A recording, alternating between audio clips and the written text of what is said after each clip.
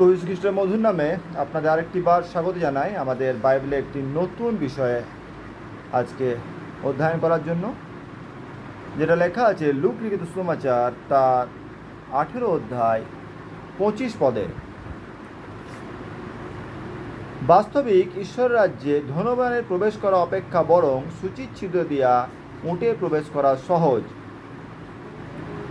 খ্রিস্ট যিশু তিনি এখানে কি বলতে চাইছেন, খুব ধ্যানপূর্বক এই জিনিসটা আমরা একটু বোঝার চেষ্টা করি। ধনবানের প্রবেশ করা কঠিন কিন্তু অসম্ভব নয়। এখানে কিন্তু খ্রিস্ট যিশু বলছেন না যে ধনবানেরা কোনোদিনই স্বর্গরাজ্যে প্রবেশ করতে পারবে না। না, অনেক সময় আমাদের এরকম ধরনের প্রচার আমরা শুনে থাকি। ছোটোবেলায় আমি শুনতাম বিভিন্ন বক্তার মুখে যে ধনবানরা কোনোদিন ঈশ্বর রাজ্যে যেতে পারবে না, কিন্তু এই ধারণাটা ভুল। এখানে খ্রিস্ট যিশু তিনি বলছেন ধনবানের পক্ষে স্বর্গের রাজ্যে প্রবেশ করা কঠিন। কেন তিনি এই কথা বলছেন? কারণ এখানে যদি আমরা প্রথম দিকে দেখি, একজন ধনবান যুবক যিনি একজন অধ্যক্ষ তাহাকে জিজ্ঞাসা করিলেন, হে সৎগুরু, কি করিলে আমি অনন্ত জীবন অধিকারী হইব? আর যিশু তাহাকে কহিলেন, আমাকে সৎ কেন বলিতেছ? একজন ব্যক্তি রেখে আর কেউ সৎ নাই, তিনি ঈশ্বর। তুমি আজ্ঞা সকল জানো, ব্যভিচার করিও না, নরহত্যা করিও না, চুরি করিও না, মিথ্যা সাক্ষ্য দিও না, তোমার পিতামাতাকে সমাদর করিও। সে কহিল, বাল্যকাল অবধি আমি এ সকল পালন করিয়া আসতেছি। এ কথা শুনিয়া যিশু তাহাকে কহিলেন, এখনও এক বিষয়ে তোমার ত্রুটি আছে। তোমার যাহা কিছু আছে সমস্ত বিক্রয় করো, আর দরিদ্রদিগকে বিতরণ করো, তাহাতে স্বর্গে ধন পাইবে, আর আইসো আমার পশ্চাৎগামী হও। কিন্তু এই কথা শুনিয়া সে অতিশয় দুঃখিত হইল, কারণ সে অতিশয় ধনবান ছিল। তখন তাহার প্রতি দৃষ্টি করিয়া যিশু কহিলেন, যাহার ধন আছে তাহার পক্ষে ঈশ্বর রাজ্যে প্রবেশ করা কেমন দুষ্কর। বাস্তবিক ঈশ্বর রাজ্যে ধনবানের প্রবেশ করা অপেক্ষা বরং সুচিচ্ছিদ্র দিয়া উঠে প্রবেশ করা সহজ। কিন্তু আমরা কিছু উদাহরণ যদি আমরা দেখি, আব্রাহাম, দাউদ, ইয়োব, এরা কিন্তু সেই সময়ে বিশ্বের সবথেকে বড় রিচেস্ট পারসন ছিলেন। আব্রাহাম বিশ্বের সবথেকে ধনী ব্যক্তি ছিলেন। যখন আমরা ধনী এবং লাজারের গল্প দেখি, সেখানে দেখি যে লাজার আব্রাহামের কোলে বসে আছে স্বর্গের রাজ্যে, অর্থাৎ একজন ধনবান যিনি স্বর্গের রাজ্যে অলরেডি অধিকার হয়ে গিয়েছেন। দ্বিতীয় আমরা দেখি দাউদ একজন রাজা, তিনি যথেষ্ট সম্পত্তি অধিকারী ছিলেন। তার রাজ্য অনেক বিস্তৃত লাভ করেছিল, তিনি অনেক যুদ্ধ জয়লাভ করেছিলেন, অনেক ধন সম্পত্তি তিনি অর্জন করেছিলেন, এবং তিনিও স্বর্গের রাজ্যের অধিকারী হয়েছিলেন। আর তৃতীয় আমরা যেটা দেখতে পাই সেটা হচ্ছে ইয়োব। তিনিও একজন খুব রিচেস্ট পারসন, যার 10টি সন্ততি এবং প্রচুর গাই, উট, শিব সবই তার ছিল, এবং তিনিও স্বর্গের রাজ্যে প্রবেশ করেছিলেন।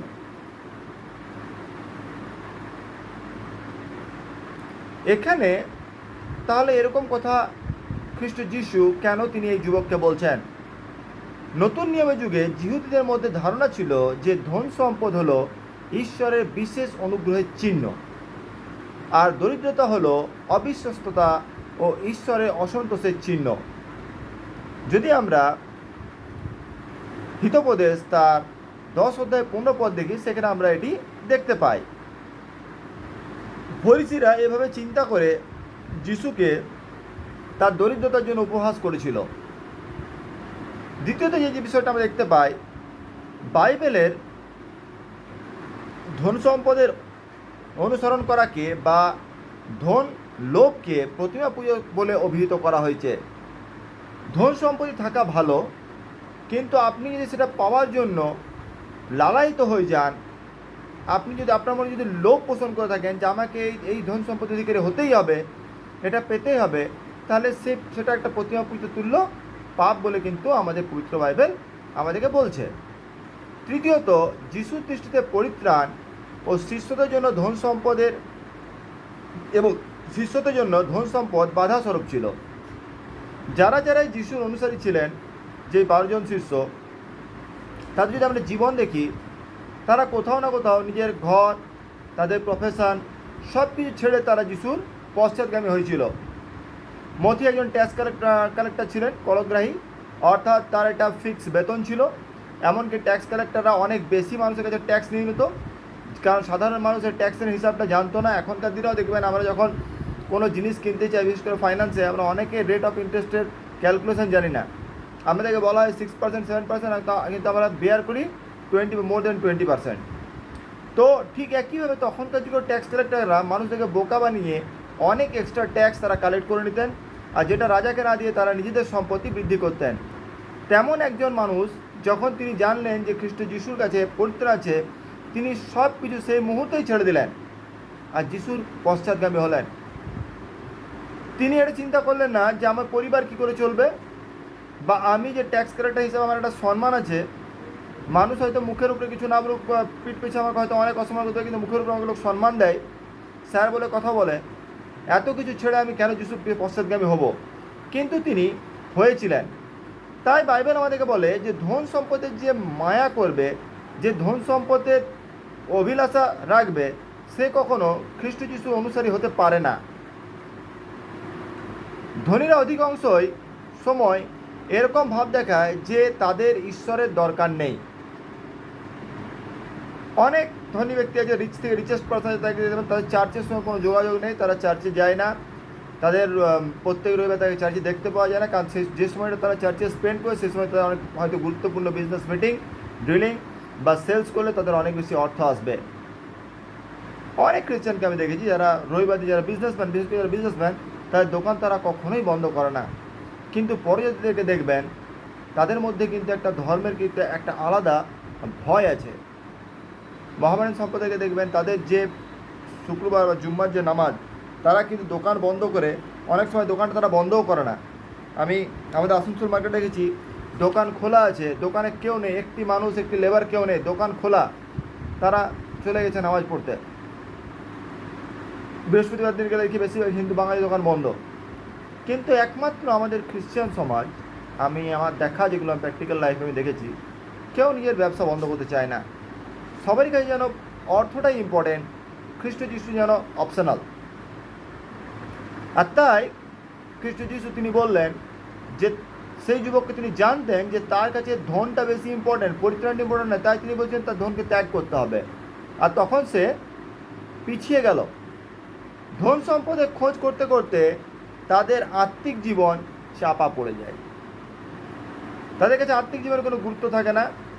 তাদের মনে হয় যে সব বেকার, চার্চিকে টাইম নষ্ট, আমার যখন দরকার হবে আমি পাদ্রীবাবু বাড়িতে রাখলে পাদ্রীবাবু চলে আসবেন, যেহেতু আমি ধনী।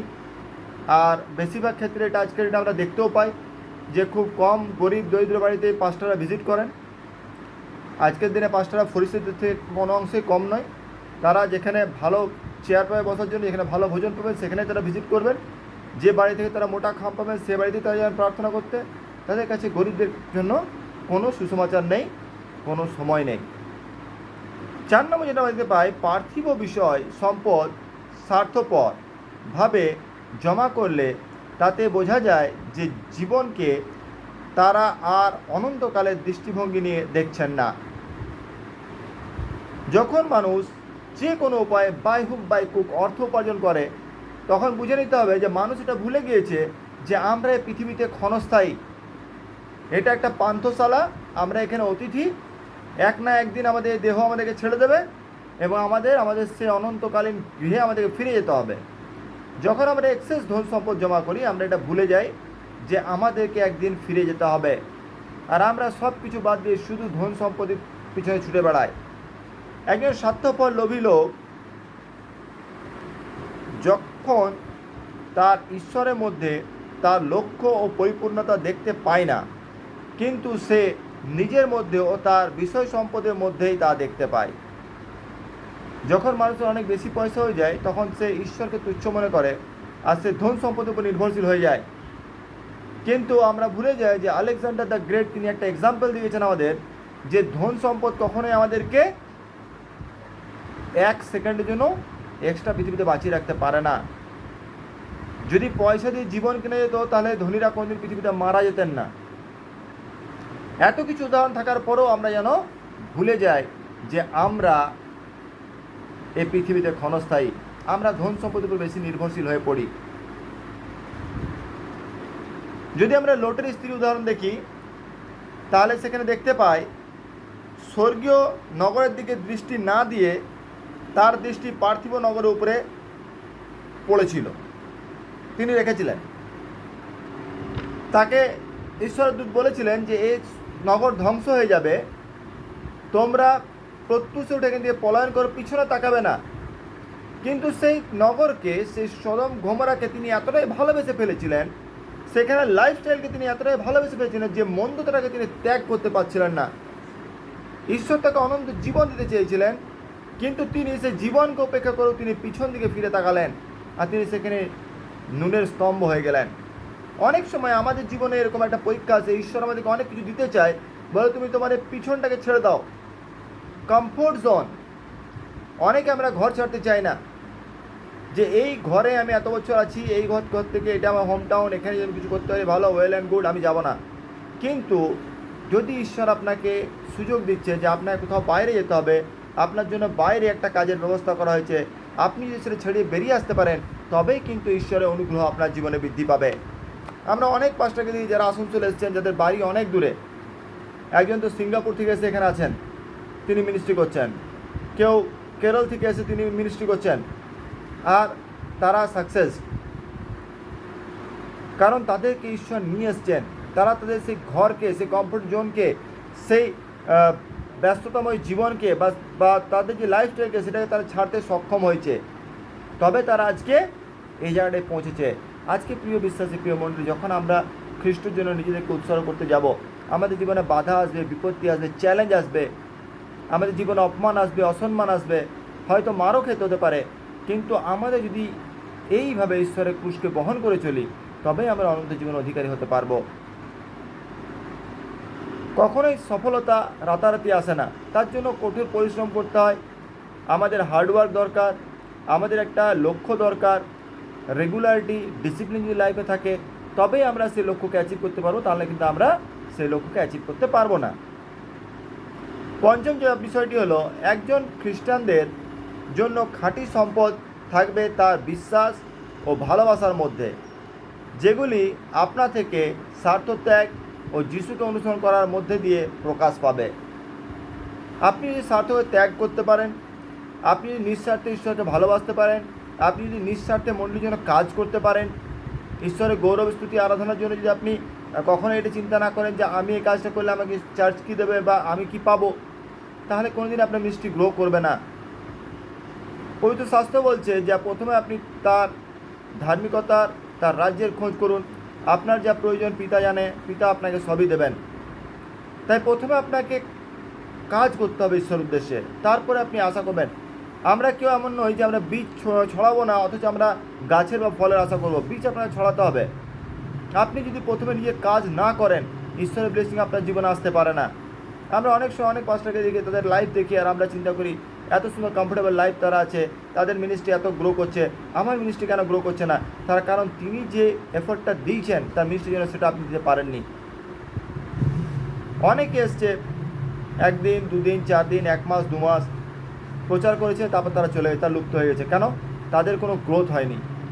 কিন্তু আপনি যদি আপনার মিনিস্ট্রিকে গ্রো করার জন্য নিশ্চয়ই ঈশ্বরের প্রচার করার জন্য আসেন, এক না একদিন আপনার মিনিস্ট্রি ঈশ্বর নিজেই গ্রো করে দেবেন। আপনি সেই বিশ্বাস রাখুন ঈশ্বরের প্রতি, আর আপনি নিজের কাজ করে যান। সূচির ছিদ্র, এখানে অনেকে বলে, বা আমি ছোটোবেলায় শুনতাম, যখন আমি আমাদের চার্চে খুব একটা পাস্টার আসতেন না, আমাদের লে টিচাররা তারা কোনো ট্রেন্ড ছিলেন না, তারা যখন চার্চ নিতেন, অনেকেই বলতেন যে ছুঁচের ছেঁদা দিয়ে উটের পার হয়ে যাওয়া সম্ভব, কিন্তু মানুষের ধনবানের পক্ষে ঈশ্বরের রাজ্যে প্রবেশ করা সম্ভব নয়। এখানে সূচির ছিদ্র বলতে সত্যি সত্যি কোনো ছুঁচের ছেঁদাকে কিন্তু মেনশন করা হয়নি। এখানে সূচির ছিদ্র বলতে বলা হয়েছে একটা এক্সিট ডোর, গুপ্ত দরজা। আগেকার দিনে দেখবেন প্রত্যেক রাজার ঘরে, রাজপ্রাসাদে বা কেল্লায় একটা গুপ্ত দরজা থাকতো। যদি দেখতো যে রাজা, সে রাজ্যে কোনো আক্রমণ হচ্ছে, রাজা পরাস্ত হচ্ছে, তো রাজকুমারদেরকে, রানীদেরকে সেই গুপ্ত দরজা দিয়ে কোনো সুরক্ষিত স্থানে পাঠিয়ে দেওয়া হতো। সেই দরজা খুব একটা বড় হতো না, ওটাকে এই জন্য গুপ্ত দরজা বলা হয়েছিল যেন ওটা কেউ খুঁজে না পায়। সেই দরজার লেন্থ হতো খুব বেশি হলে 2/3, অর্থাৎ বা 2.5 ফুট বাই 3 ফুট, হয়তো 2.5 ফুট সেটা স্পেস হতো, আর লেন্থ হতো 3 ফুট, যেখানে খুব কষ্ট করে মানুষকে যেতে হতো। খুব মোটা, খুব লম্বা মানুষকে সেখান দিয়ে পার হতে গেলে খুব কষ্টকর, সেখানে হাঁটুর ভরে আপনাকে পার হতে হবে। সেরকম একটা দরজা এমার্জেন্সি এক্সিস্ট। আজকে অনেক জায়গায়, অনেক শপিং মলে বা অনেক বাড়িতেও থাকে গুপ্ত দরজা, হঠাৎ কিছু হলে যেন আমরা এই দরজা দিয়ে পার হইতে পারি। বেসমেন্টে ঢোকার জন্য একটা আলাদা রাস্তা থাকে, সেরকম একটা দরজার কথা যিশু বলছেন। আর এখানে উটের এই জন্য উদাহরণ দেওয়া হয়েছে। উট একটি লম্বা প্রাণী, যার পা খুব লম্বা, কারণ তারা মরুভূমিতে থাকে, যেন বালির গরমটা তাদের না লাগে সেজন্য তাদের পায়ের একটা অনেক উঁচু হয়। আর উট যদি বসেও যায় তো উটের থিকনেস থাকে, তাই খুব কষ্ট করে সেই গুপ্ত দরজা দিয়ে পার হতে হবে। আর যদি কোনো উট চেষ্টাও করে যে সে বসে গেল, সে হাঁটুর ভরে কোনো রকমের রেংতে রেংতে যদি সে পার হওয়ার চেষ্টা করে, তার পিঠে যে কুঁজ, সেই কুঁজটা তার জন্য বাধা হয়ে দাঁড়ায়। আর এই কুঁজটা কি? এই কুঁজটা হচ্ছে অহংকারের সঙ্গে এই কুঁজকে তুলনা করা হয়েছে।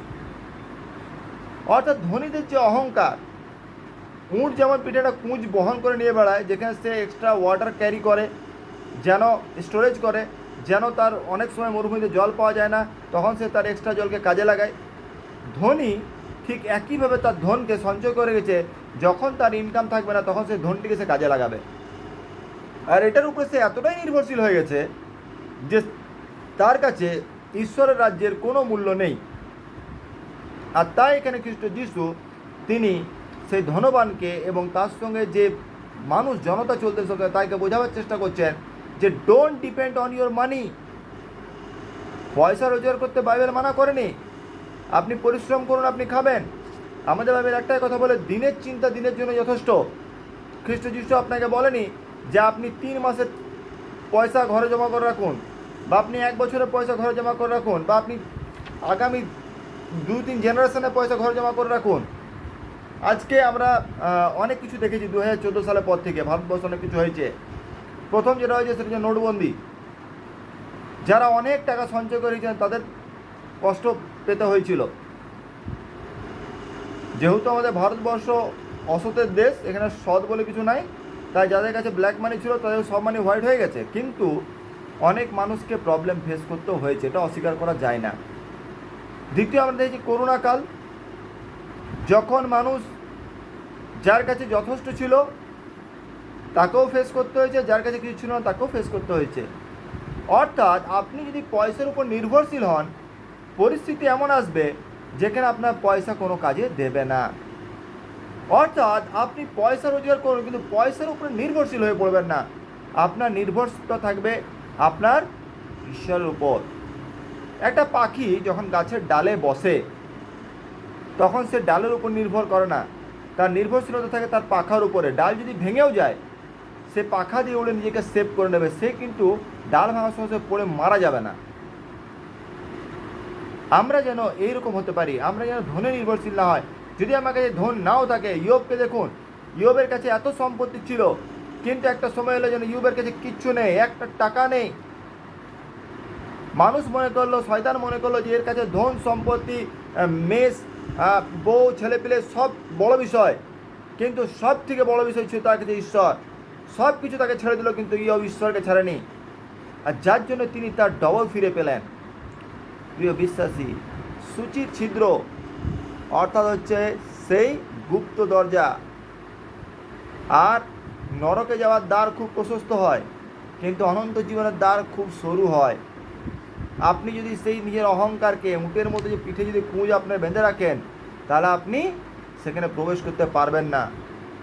আপনার সে অহংকার, সে দাম্ভিকতা, সে ডেজিগনেশন, স্ট্যাটাস সব ছেড়ে আপনাকে যেতে হবে। আমি অনেক সময় দেখেছি চার্চে, যখন আমি চার্চ আগে রেগুলারলি নিতাম, আর আমি দেখতাম অনেক মানুষ তারা চার্চে এসে তাদের পার্টিকুলার স্থান ছিল, তারা সেখানেই বসবে।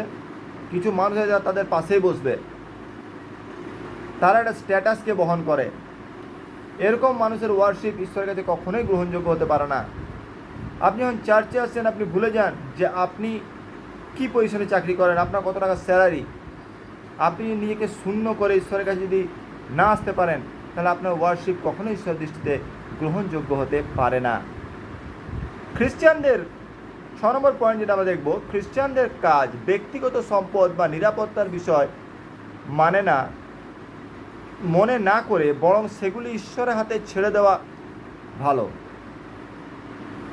আমার ব্যক্তিগত সম্পদ বা নিরাপত্তার বিষয় মনে না করে বরং সেগুলি ঈশ্বরের হাতে ছেড়ে দিন।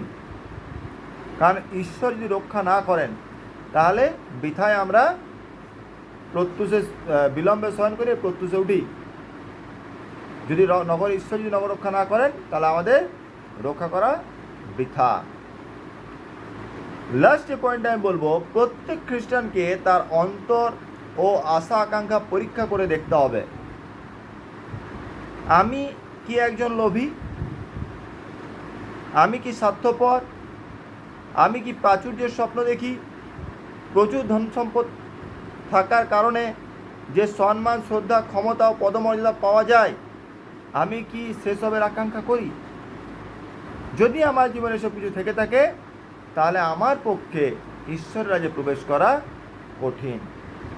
আমাকে এগুলো ছাড়তে হবে, তবেই আমি ঈশ্বর রাজ্যে প্রবেশ করতে পারবো। প্রিয় বিশ্বাসী, অনেকে মনে করেন যে খ্রিস্ট যিশু বলেছিলেন যে ধনবানের জন্য ঈশ্বর রাজ্যে প্রবেশ করা কঠিন, তাই ধন সম্পদ পৃথিবীতে সঞ্চয় করাটা বোকামোর কাজ। খ্রিস্ট যিশু বলেননি যে আপনি পৃথিবীতে ধন সম্পদ সঞ্চয় করবেন না, আপনি করুন, কিন্তু সেগুলিতে আপনি নির্ভর হবেন না। কারণ আপনি যখন মারা যাবেন আপনার কফিনে কেউ আপনার ধন সম্পদ দিয়ে দেবে না।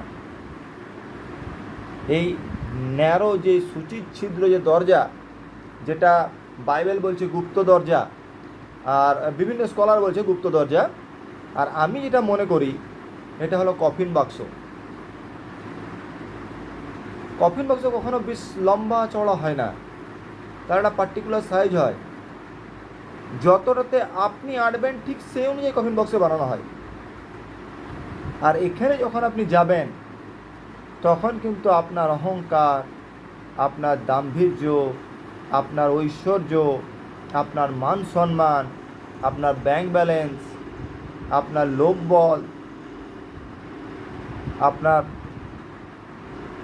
পলিটিক্যাল পাওয়ার, আপনার চার্চের পাওয়ার সব আপনাকে ছেড়ে দিয়ে যেতে হবে। তাই always think about the coffin box.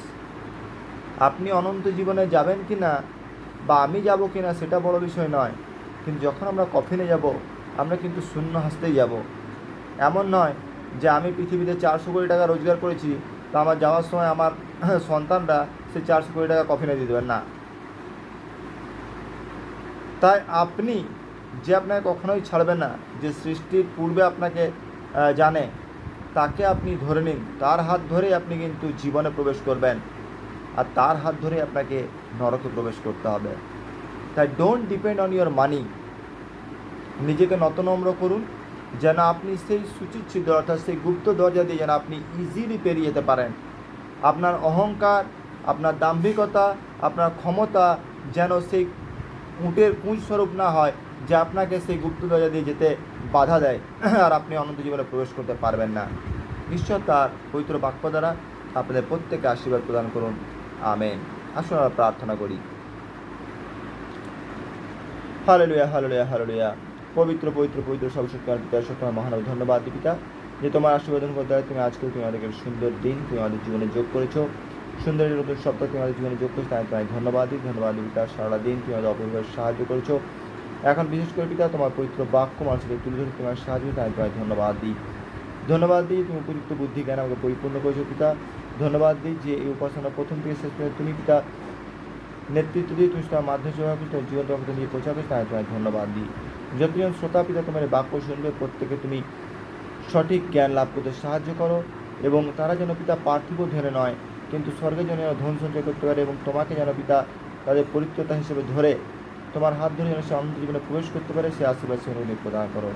আমরা পিতা জাগতিক মানুষ, আমাদের জীবনে অনেক চাওয়া পাওয়া আছে পিতা, অনেক শারীরিক চিন্তা আছে, অনেক শারীরিক চাপ আছে পিতা, যার জন্য পিতা আমরা ঠিকমতো হয়তো তোমার সঙ্গে মিলিত হতে পারি না, তোমার সঙ্গে কথা বলতে পারি না, এমনকি পিতা তোমার পবিত্র শাস্ত্র পিতা দীর্ঘদিন আমরা পাঠ করতে পারি না। তুমি প্রত্যেক ক্ষমা করো, প্রত্যেকে সুযোগ দাও পিতা, যেন প্রত্যেকে তোমার বাক্যকে রেগুলার অধ্যয়ন করতে পারে, প্রতিদিন তোমার সঙ্গে কথা বলতে পারে, যেন আমাদের সঙ্গে তোমার যে পিতার সম্পর্ক সে পিতা পুত্রের সম্পর্ক যেন পিতা প্রতিদিন থাকে পিতা। এমন নয় যে বছরে একটা দিন আমরা শুধু ফাদার্স ডে হিসেবে পিতা আমরা স্ট্যাটাস ছেড়ে দিলাম, বাকি দিন পিতা আমরা আমাদের পিতাকে চিনলাম না, জানলাম না, পিতা আমাদের জন্য অপেক্ষায়রত, কিন্তু আমরা পিতা দীর্ঘদিন অপবাহিত জীবনযাপন করছি, সেটা যেন না হয়। আমার জীবনকে তুমি আশীর্বাদ করো পিতা, যেন আমরা তোমার যোগ্য পুত্র সন্তান হতে পারি। যে উদ্দেশ্যে তুমি আমাদেরকে রচনা করছো পিতা, সৃষ্টি করছো, তার যোগ্য স্বরূপ তুমি করে তোলো পিতা। সেই পথ দাও পিতা, সেই বুদ্ধি দাও যেন তোমার দেখানো পথ, যে উদ্দেশ্যে তুমি আমাকে পৃথিবীতে আছো পিতা, সেই উদ্দেশ্য যেন সফল করতে পারি পিতা। সেই আশীর্বাদ সেরকম তুমি প্রদান করো। সমস্ত গৌরব মহিমা প্রশংসা প্রভু তোমাকে দিই, যেভাবে সারা দিনের দায়িত্ব ভার নিয়েছি পিতা, সারা রাত্রি ভার তোমার হাতে অর্পণ করি। তুমি সুরক্ষা দিও, শুনতে দিয়ে তোমার ছেলে তুমি দেখতে সাহায্য করো। উদ্ধারকর্তা প্রভু শ্রীখ্রিস্ট তোমার নামে চাই, দয়া করে শ্রবণ সুগ্রাহ্য করো। আমেন।